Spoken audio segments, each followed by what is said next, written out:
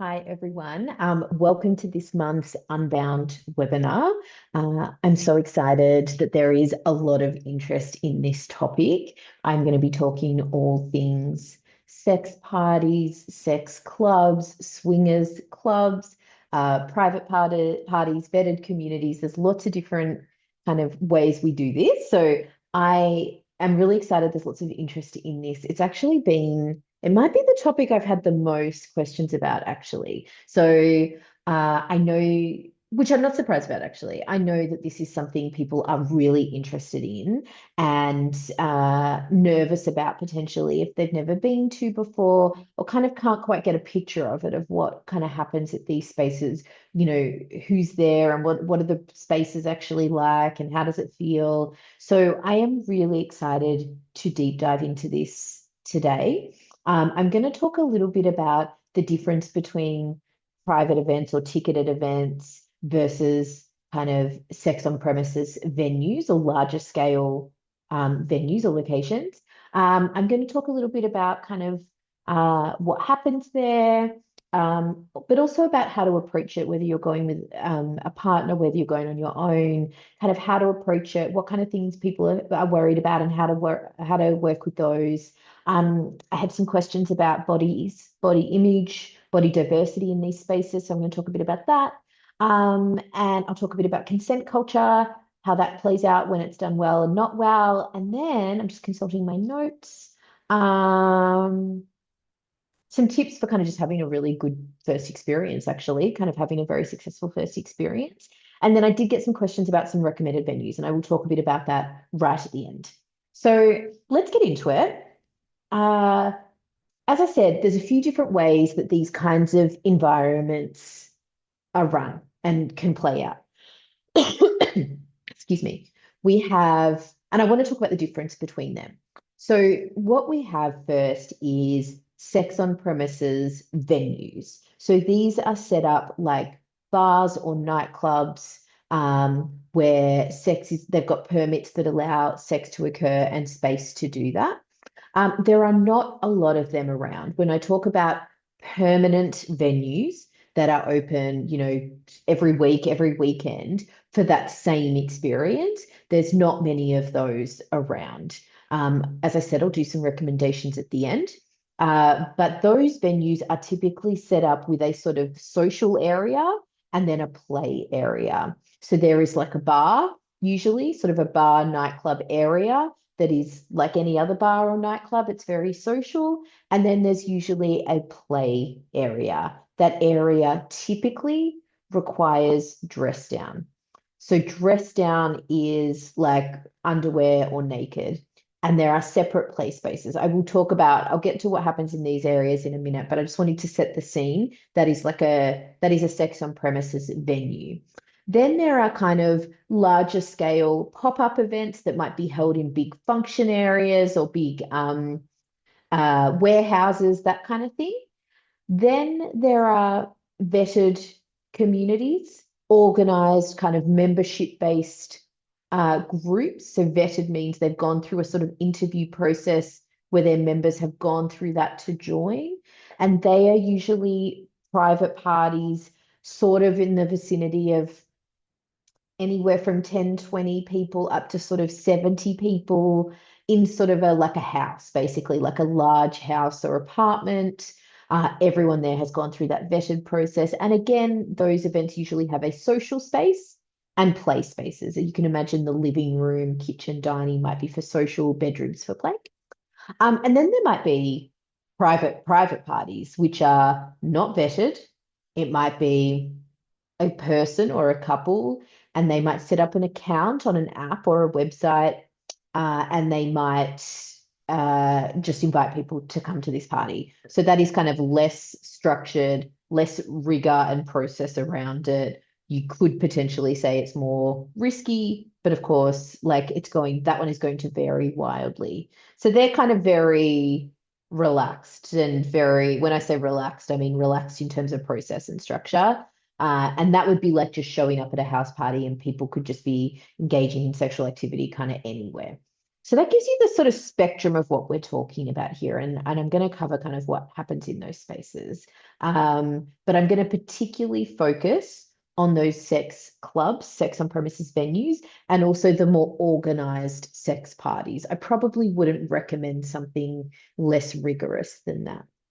So, first things first, why do people go to these kinds of things? Well, people go for a few different reasons. Initially, people go often driven largely by curiosity and exploration.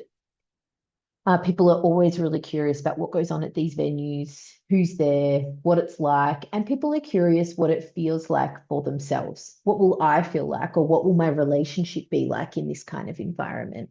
And that's often brought to life through sexual fantasy. So often people end up at these kinds of spaces because it's existed in fantasy, whether that's themselves or with their partner.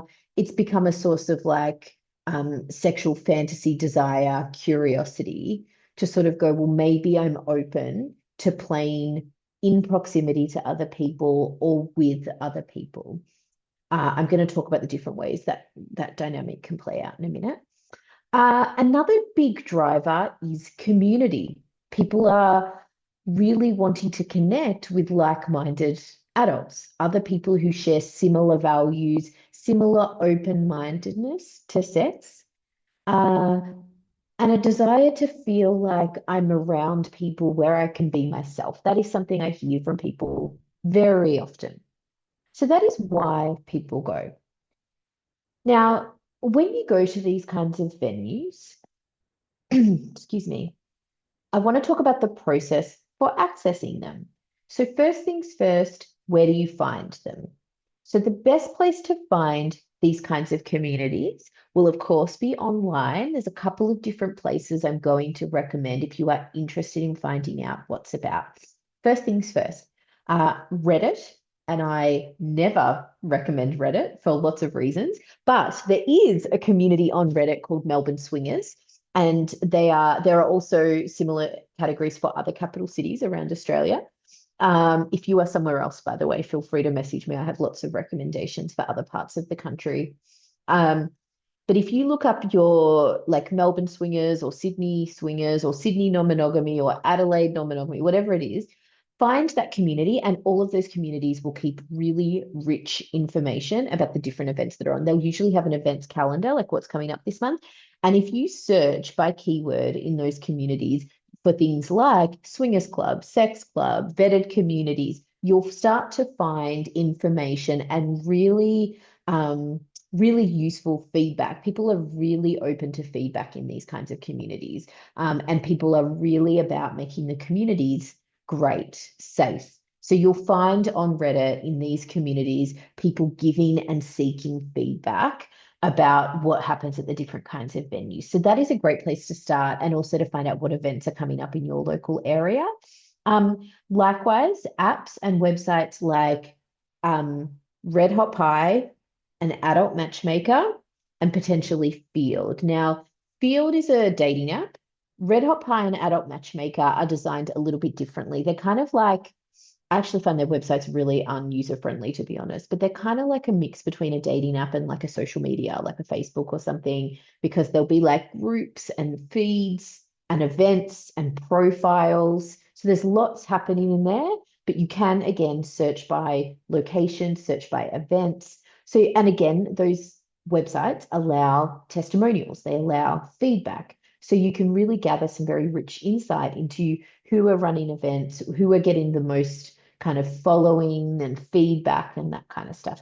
That can be a great place to start. Using Field, which is a sort of non-monogamy bent, not exclusively, but non-monogamy bent dating app, and starting to talk to people in your local area on there and finding out what kind of events they're aware of is also a great place to start. Now, anywhere decent, by the way, will have some form of ID checks or vetting or some sort of process. So if you go to a sex on premises venue, you will usually have to buy tickets, right? You will usually have to show ID at the door. And some of them, including vetted communities, will have an interview process where you actually make a time to talk to the hosts maybe over the phone or over a video call, and actually go through an interview process. Now, when you do that, what they're looking for is emotional maturity, vibe check, just generally, do you seem like a good vibe?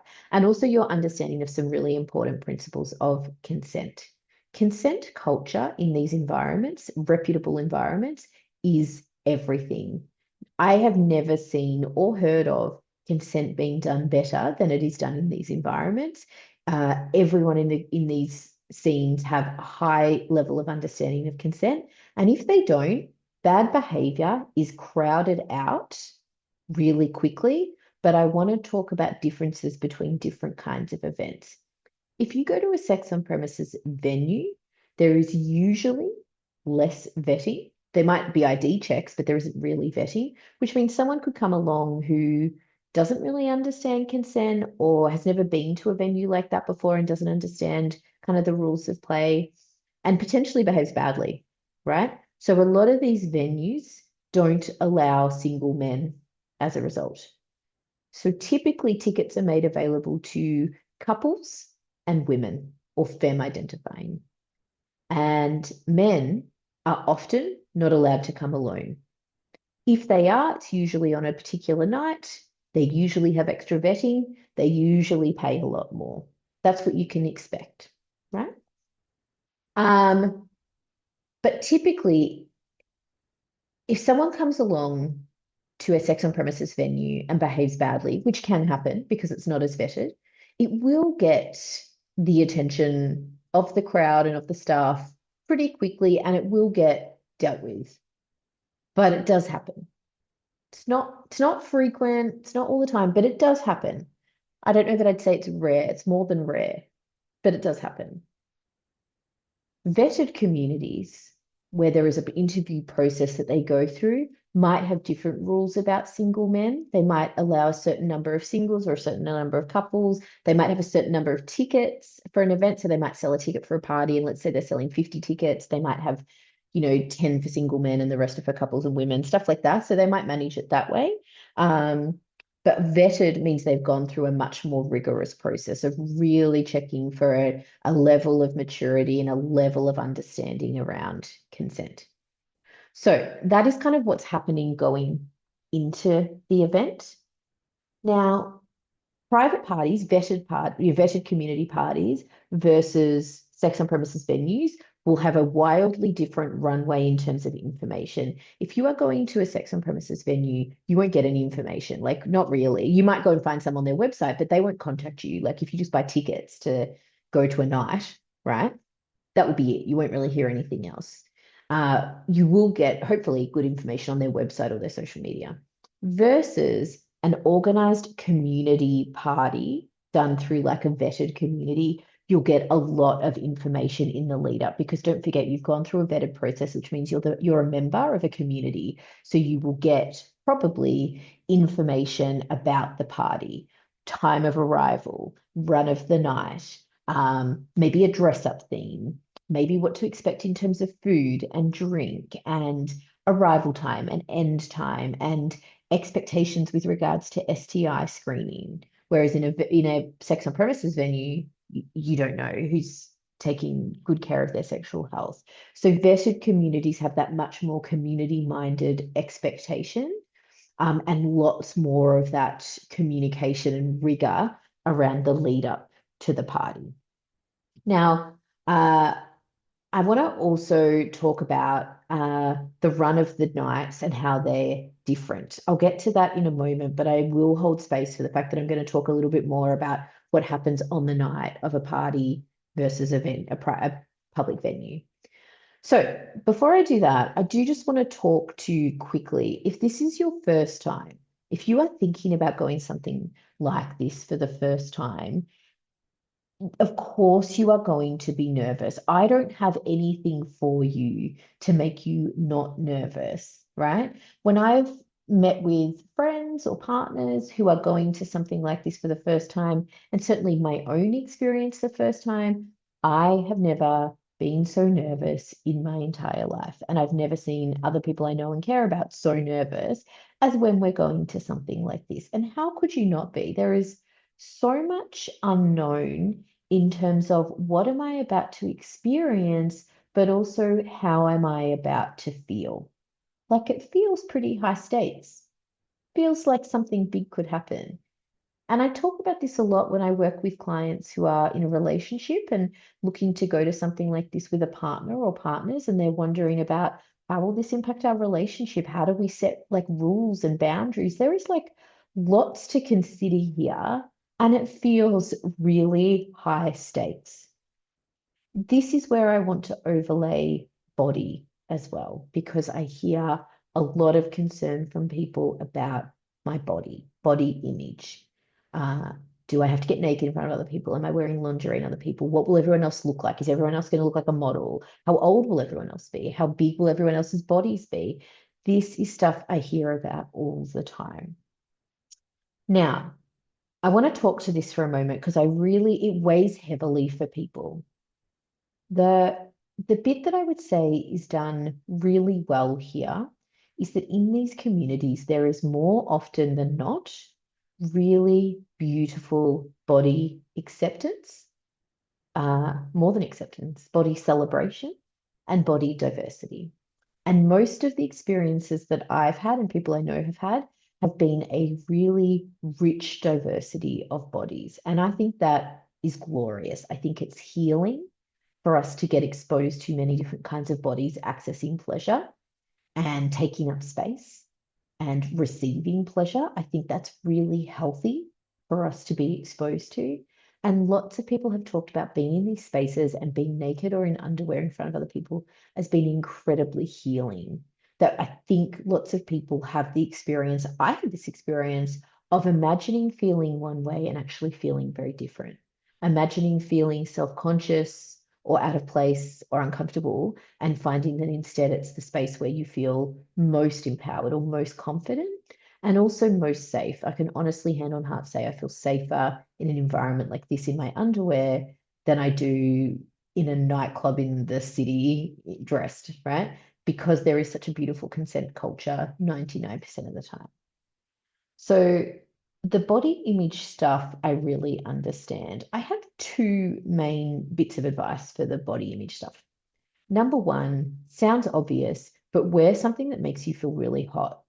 So I want to talk about outfits in a minute, but before I do that, I just wanted to say from a body image point of view, don't worry too much about wearing something that's particularly sexy or not, or revealing or not.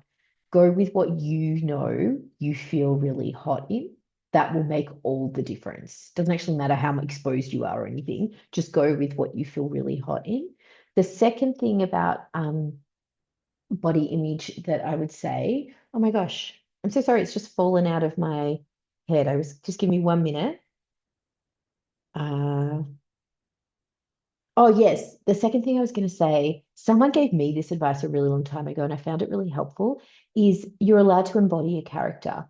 I'm not saying role play, I'm not saying like make up another personality, but I found it helpful to imagine a sort of character for myself. So rather than telling myself that I was nervous or shy or self-conscious or older than everyone else, or whatever the story was I was telling myself, I really practiced embodying and performing what it would be like if I was confident and at ease with myself. And as I said, this is not about like pretending. I'm not lying. I'm not developing a fake personality. I'm not putting on an accent. This was more about how would I behave if I was someone who felt like I really belonged here, or someone who was aware that I am entitled to pleasure, or am a sexual person, or am a confident woman. And how might I show up if I believed that about myself? So that's what I mean by like embodying a character. I found that has been very helpful from a body image point of view. Now, in terms of actual bodies represented at these events, as I said, most of my experiences have been body celebrating. I am aware, I don't know if you've heard this, but I am aware of vetted communities that exist. And I know of one in Melbourne in particular that has restrictions around the size of bodies that they allow in their community. So you cannot be above a certain clothing size to be in their community. I personally think this is abhorrent. think it's disgusting.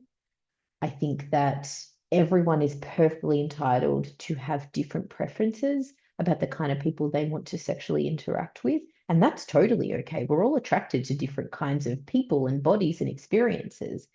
I don't think it's appropriate to gatekeep the body size of people that come into the spaces. So I could go on and on about that, but I will just leave that there. I will say there are certain communities and spaces that do body diversity more so than others. I've been to some spaces where there is less body diversity or age diversity, um, or ethnic diversity. And then there's other spaces I've been to that have more diversity. So I personally think for me, uh, that I value diversity in these communities. So I prefer to spend time in spaces where there is more diversity. And I am really happy to answer any particular questions you have about spaces where different intersectionalities, um, different groups are represented, different intersectionalities can feel like they belong and that they are safe. So that, yeah, I'll pause on that, but that's in my mind. So what happens when you get there? If you go to a sex on premises venue, what happens when you get there is someone will probably greet you and probably check your ID, probably, hopefully check your ID, and record your ID in case there's an incident in the event. That's why they do that in the venue, sorry. Then you'll be in just a general kind of bar area, usually like bar, nightclub. Um, and you'll sit around, you might mingle, you might talk to people, you might not. I personally find that that part can be kind of awkward and not very interesting. So I encourage people to go and talk to each other. Everyone's there feeling the same kind of feelings, and to be sort of sitting around couples and singles looking at each other, I think it's a bit awkward. I actually think that's an opportunity for the industry to do that part better. But anyway, that's what happens there. And then, as I said before, there's usually a play area where dress down is required. So, what these venues do is they provide lockers, and you can pop your things in there, and you must then be in your underwear or naked to go into the play area. Now, play areas differ slightly depending on venues, but typically what you can expect are some more open communal areas and some more closed off bedroom areas. Depending on the venue, some of them will have doors, some of them will have sheer curtains, some of them will have locks. So you can go in and shut the door and be in a totally private room. So they're all a bit different like that. They will have various types of furniture. So the rooms will have beds, lounges, couches, massage tables, different things on them, maybe swings, sex swings. And there will usually be like shower and toilet facilities in those play spaces too. And they will usually provide things like uh, condoms, lubricant, towels, hygiene wipes, water, that kind of stuff. So that's what you can expect in a play space. It's usually dimly lit, people are moving around, and if the space is publicly accessible, people may be observing other people engaging in sex acts. So you might come into the play space and you might be able to observe a bedroom or some other piece of furniture, and people might be playing in those spaces. Now, the way that typically happens is a few different kind of dynamics. People may just be playing with their partner. People may have met people downstairs or in the venue. I'm saying downstairs because I'm thinking of one venue in Melbourne in particular.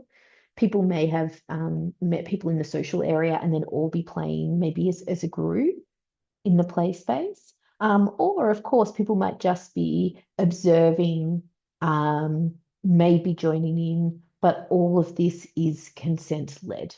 People should be asking consent to observe and definitely asking consent to touch. My experience in sex on premises venues is that there isn't great consent around observation.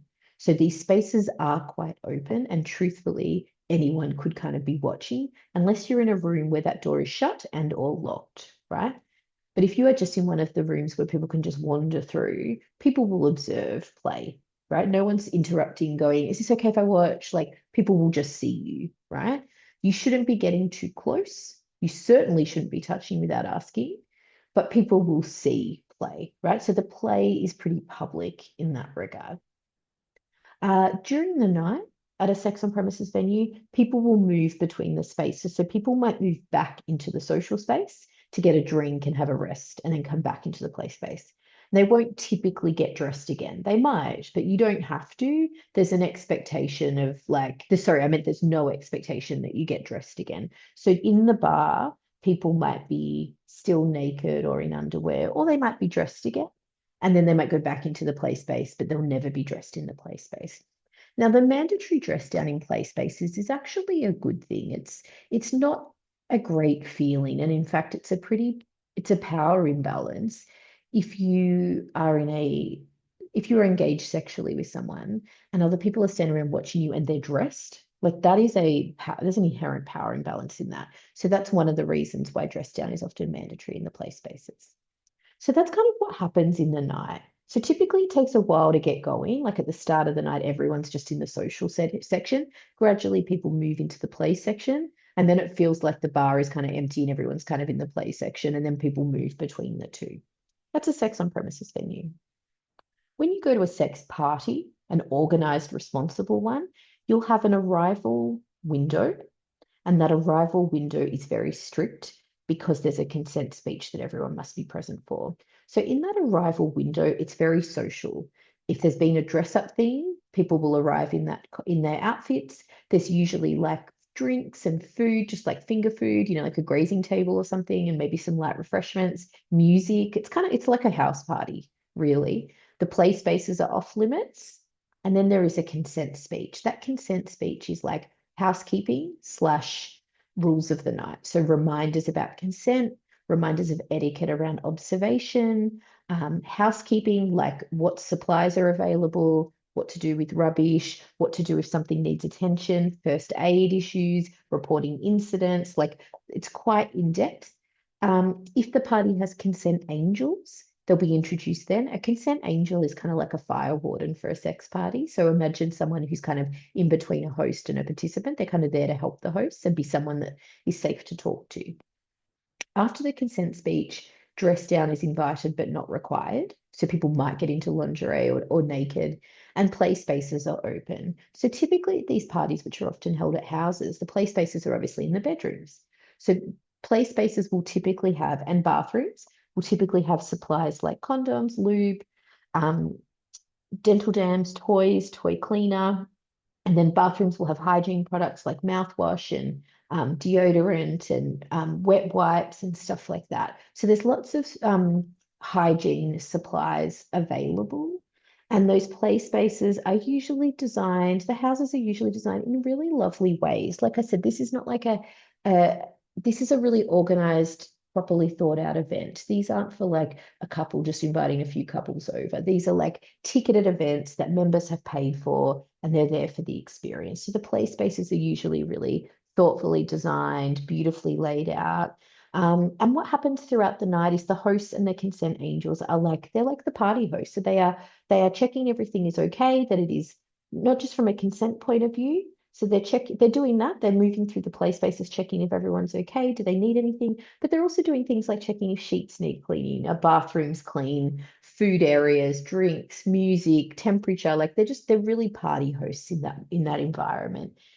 Sometimes people ask me if party hosts play at their own events. This is a very personal decision, and everyone is different. I've been to parties where the hosts don't, and I've been to parties where the hosts do. So that's just an answer to that question. Those parties are very social. There is never an expectation of play. Like often in the consent speech, these organizations are very clear that buying a ticket is not a guarantee of play, but also likewise, you do not have to play. That they're not a requirement. Now, I want to say this very, very clearly about the sex on premises venues and the parties. There is never an expectation to play. You can go, be in the space, see how it feels, and not play. And in fact, that is actually often one of my recommendations for someone going the first time. Not always, but often. It can be really helpful as a sort of boundary for yourself, whether you're going on your own or with a partner, to set the guideline of, you know what, we're not playing tonight. If we love it, we'll go again and we'll go soon and we might play then, but we're just not going to play for the first time so that we can, particularly if you're with a partner and you want to debrief afterwards and see how you felt, but actually also if you're single, particularly if you know about yourself that you have a tendency to, I don't know, be rash in your decision making, be impulsive. If you're concerned you might drink too much, all of these things are good indicators that it might be useful to set for yourself the boundary of, I'm not going to do it tonight. I want to give myself the time, the space, the grace to debrief on how I really feel and honor myself for that. So it can be really useful to know it's really okay and normal to go to these spaces and not play. I actually think that's lovely if you are wanting to be really mindful too about how you feel in the space. If you want to give yourself the time to check in and go, how is this feeling? If you're there with a partner and you're watching your partner observe play, or people are talking to your partner, or your partner's like getting aroused, noticing, how's this feeling for me? What's it bringing up? What's helping me feel safe? Am I feeling safe? Like, this is really important to stay attuned to. So I just wanted to also set that expectation that that's really allowed. It's really allowed. No one will think anything. I can truthfully say that. I'm not just saying this because it's a nice thing that a sexologist would say. Truly, culturally, in these spaces, no one thinks anything if you go there and don't play. Okay. So I think that's a really nice way to frame up your first time. Um, what else did I want to say here? I'm just looking at my notes.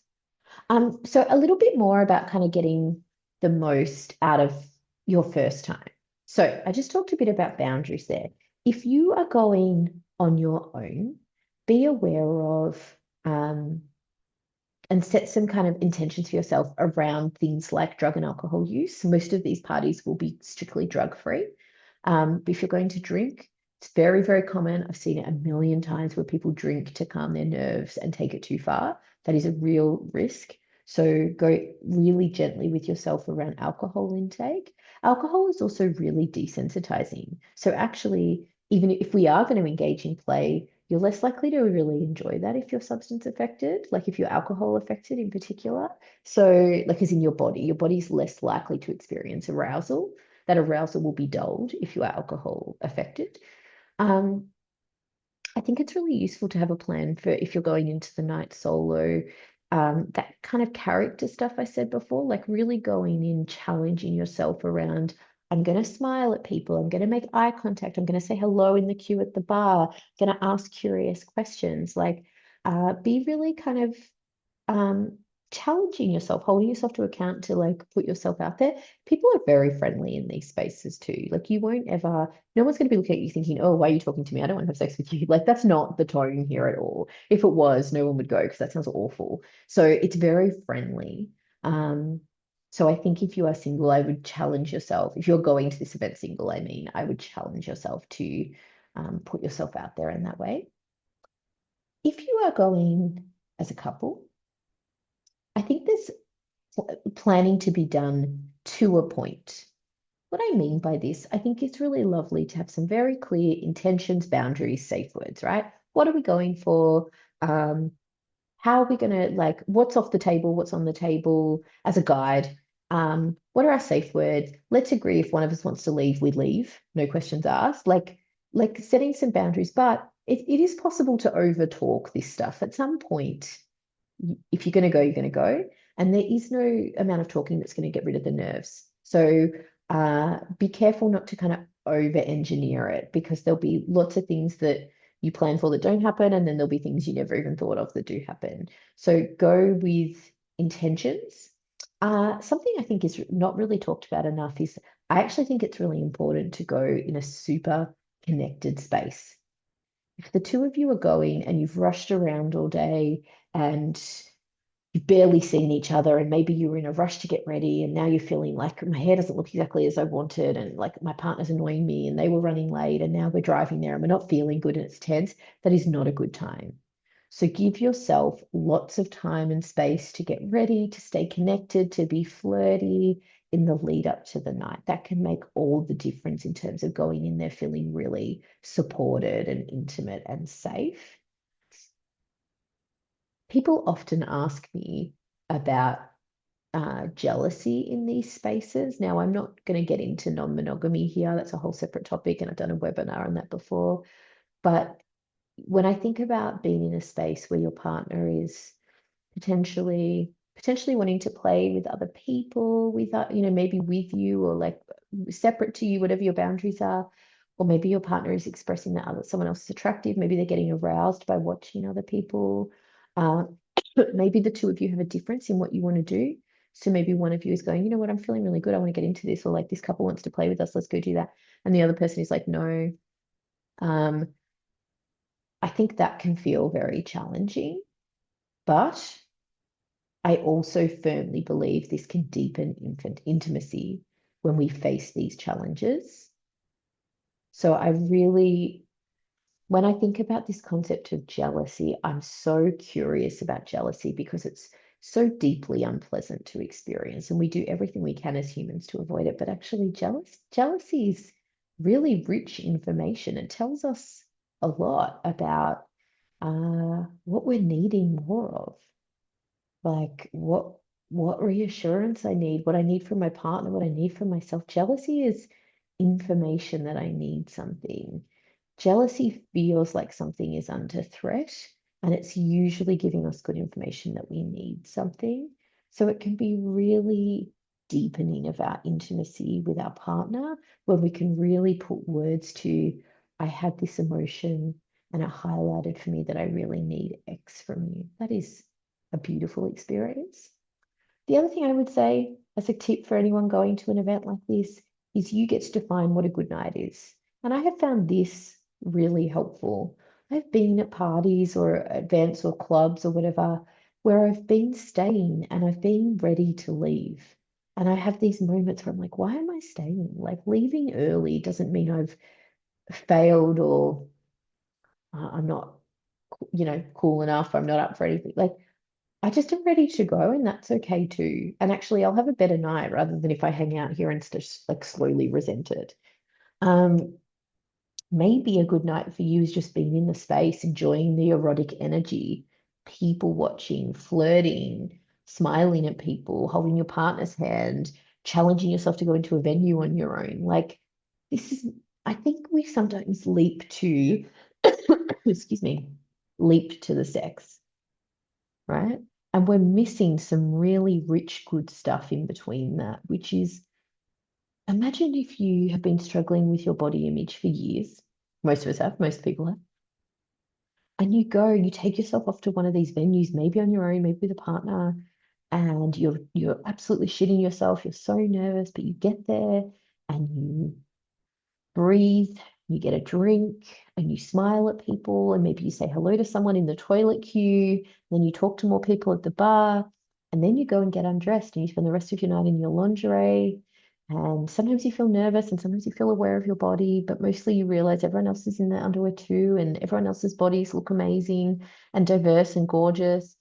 And you have a drink and you sit on the couch and you go and have a wander through the play space, but then you go back to the bar and you never go back to the play space again. And then you go home. And that still sounds like an excellent, rich, brave night. So I really want you to hold in your mind that you get to define what this experience is for you. I think these spaces sometimes attract people who are very keen to be the most non-monogamous, the most swinging, the most open-minded, the most wild, the most kinky, the most up for everything. I know those people, I do. And they're usually, out there about it, big personalities. They make the night often really fun. But we're not all those people. Most of us are not those people. So I really want you to define for yourself what a good night looks like. This is really important. Decentering the sex, the play, can be a really helpful entryway into these spaces. Centering the vibes, the feeling, the personal challenge, the growth, the curiosity, I think that is where there is lots to be discovered. I hope that some of what I've shared here has been helpful. I want to take a moment to talk about some of the venues and communities that I'm aware of. Uh, I mentioned before that I'm aware of a community here in Melbourne who, excuse me, accepts members based on clothing size. And groups like that really do exist. And there are groups that are skewed towards younger, skewed towards older, maybe skewed towards more singles or couples. Um, I'm going to mention here a couple of the main players that I'm aware of, but I really invite you to reach out to me if you want any specific recommendations for venues. Although I do encourage you to use some of the resources I said before, like going on Red Hot Pie, going on Reddit to read other people's experiences, because some of the ones I mentioned here, I haven't been to myself. I'm going off other recommendations, but I'll say that. So in Melbourne, there are a couple of main sex on premises venues. There is Between Friends, which is in Balaclava in St Kilda. There's Shed 16 out in Seaford. There's Wet on Wellington, which is a pool and sauna experience in Collingwood. And then there's Pineapple Spa, which just opened on the weekend, and I went to their opening. That's in South Melbourne. So uh, Between Friends and Pineapples are pretty similar. They're pretty similar in terms of they have a social bar area downstairs, lockers, and then upstairs is play spaces. So you can move between the spaces. There's some of the main ones in Melbourne that are there all the time. Sydney has our secret spot. Brisbane has the barn. Adelaide has the down the rabbit hole. Um, then there are kind of pop-up events. So these are like uh, rather than year-round venues, they might just show up for big, like reliable events. So a really good example of this, there's actually one coming up next week in Melbourne, is called Virtue and Vice. It's huge. It's in Melbourne Pavilion. There's always like hundreds and hundreds of people there. They have like a team of like 40 consent angels. They have performances. They have like shibari and kink and displays and dances and like all sorts happening and dancing, like a really kind of nightclub element as well. So think of that as more like that's huge. That's not like an intimate little bar. We're talking hundreds, if not over 1,000 people, like huge warehouse style rave party, sex show kind of thing. So that is, that's a lot. Like from a sensory point of view, that's a lot. I've not been to that personally. I know myself, not my vibe. From a sensory point of view, I need a nap just telling you about it. So that's that. And then vetted communities. I am aware of some really good vetted communities in Melbourne. They are organized really well. Two examples that I think of are Nocturnal Animals and Elite Insatiables. Go and check them out. Go and check out their social media. See if you like their vibe. But I've been to both of their events, and I can certainly talk to you about any questions you have about their events. But what I will say is they are both run really well. Owners are beautiful, hosts are beautiful. Um, they're probably some of the main ones I would mention for now. Um, but like I said, go and do your own research and reach out to me if you want any more recommendations. But I really hope what you've gotten out of what I've shared today is less about the venues to go to and just more about the experience. Like that is what is really important here. I think I wanted to convey today that this isn't so much about the sex or going there for sex or to see sex. This is more about what we can get from it in terms of the body confidence, the challenging ourselves, the risk taking, the deepening our understanding of ourselves, the enrichment of intimacy with our partner, like the high level of communication it requires, not just with a partner, but with the people around you. Like there's a lot that can be gained from being in these spaces. It can be incredibly like exhilarating and liberating and a real learning. So that's what I would want to highlight here. This is not about the sex. This is actually more about the journey of self-discovery. I hope this has been helpful. Please, as always, reach out with any feedback. I'm always dying to know your thoughts. If there's any questions you've got or anything else you want me to deep dive on, please let me know. Otherwise, bye for now.